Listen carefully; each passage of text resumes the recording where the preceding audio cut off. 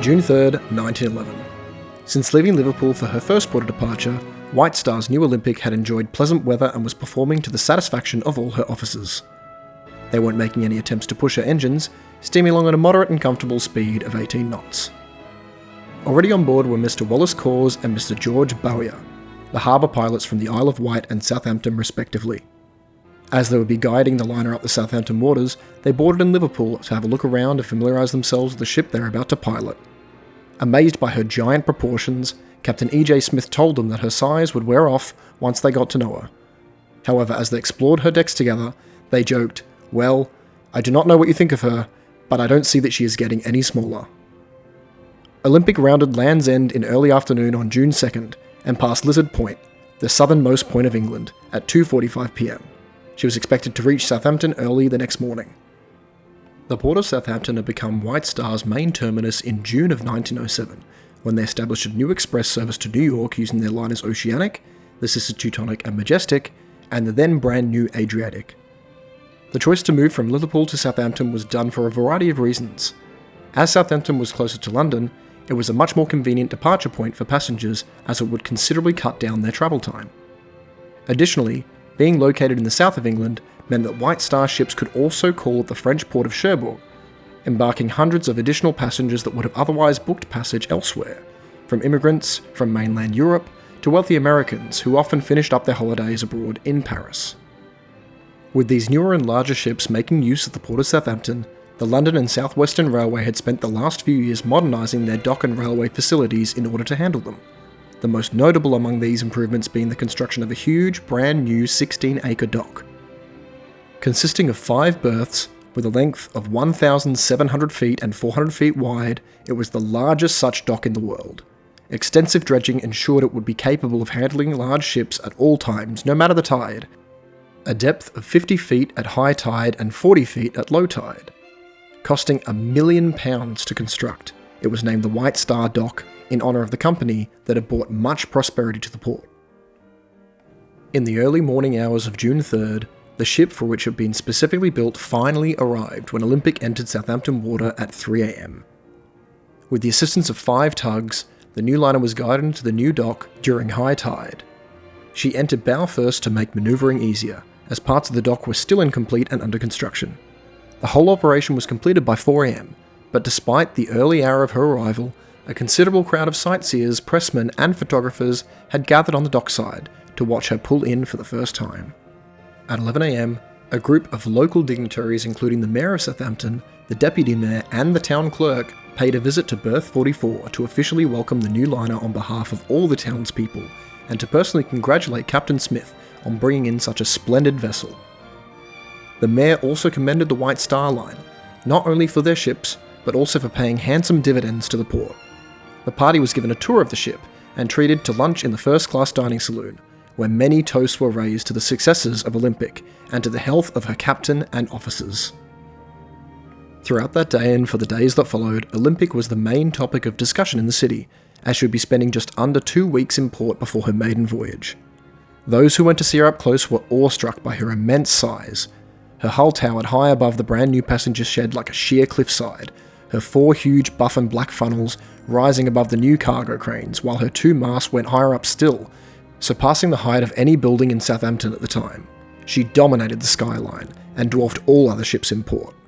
On the same day Olympic arrived in Southampton, the little tender's nomadic and traffic arrived at their new home across the channel in Cherbourg, making the journey from Belfast at their highest speed of 10 and 9 knots respectively.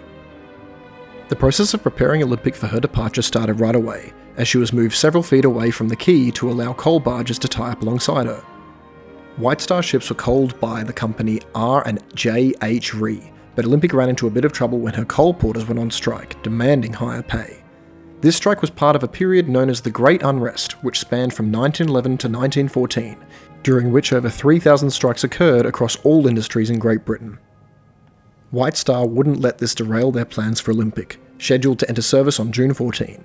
So coal porters were brought in from all over the country to replace the striking workers, some coming from as far as northern England, and extra policemen were stationed at the docks. The new men weren't as experienced as the ones they had replaced, so coaling the new liner took longer than expected. Nevertheless, White Star must have been relieved the job was getting done. Other ships weren't so fortunate. The American liner New York was laid up, and White Star's Majestic, Olympic's running mate on the New York service, was to be laid up as well upon completion of her next eastbound crossing. More trouble soon followed when Olympic's crew began demanding better wages. The engine staff demanded an extra 10 shillings per month, and this demand was soon echoed by the seamen, despite having signed up for the voyage on the old rates.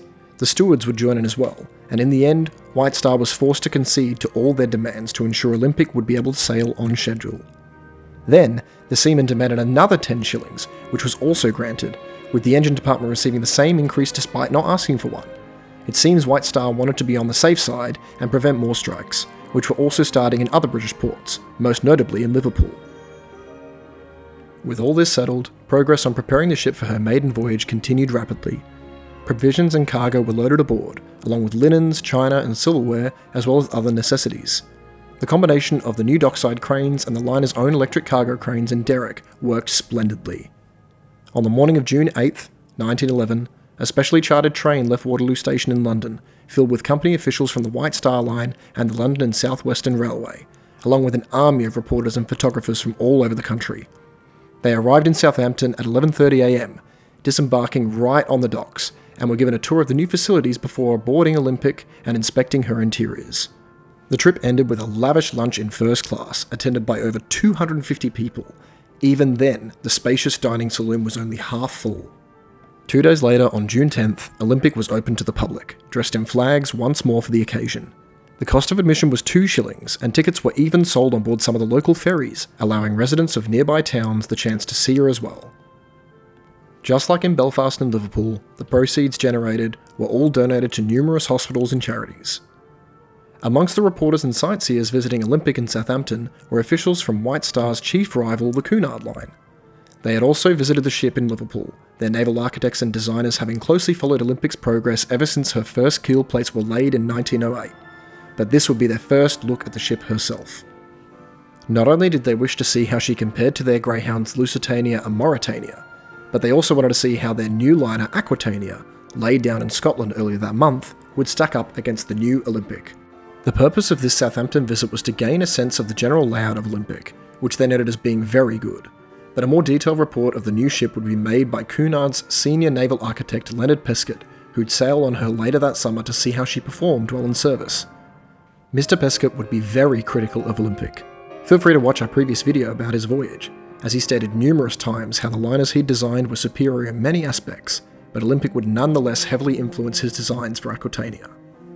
The new Cunarder had been originally envisioned as a larger, modernised Lusitania, but as more details emerged over the course of Olympic's construction, the design of Aquitania transformed into an entirely different ship, drawing more from her rival than her running mates, prioritising luxury and comfort over record-breaking speed. In fact, the finished Aquitania was so similar to Olympic when she entered service in 1914 that maritime historian John Maxton Graham would later dub her Cunard's White Star liner.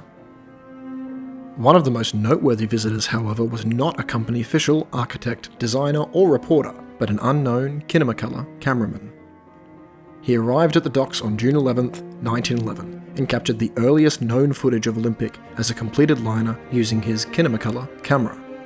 The negatives were shot through green and red colour filters, which when projected through similar filters produced remarkable, albeit not completely realistic, colour footage.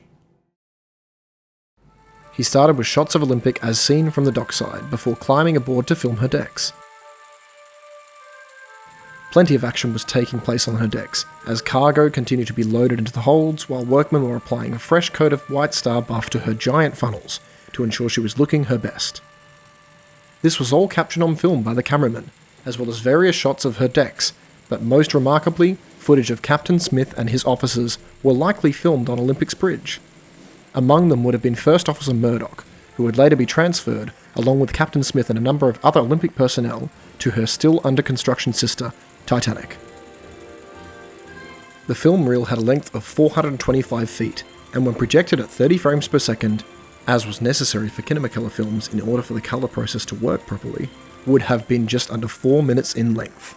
However, this remarkable film, titled The Leviathan of the Deep, has sadly been lost to time, with the only surviving trace of its existence being a description given in a Kinemacolour film catalogue published in 1913, and a short surviving section of black and white footage.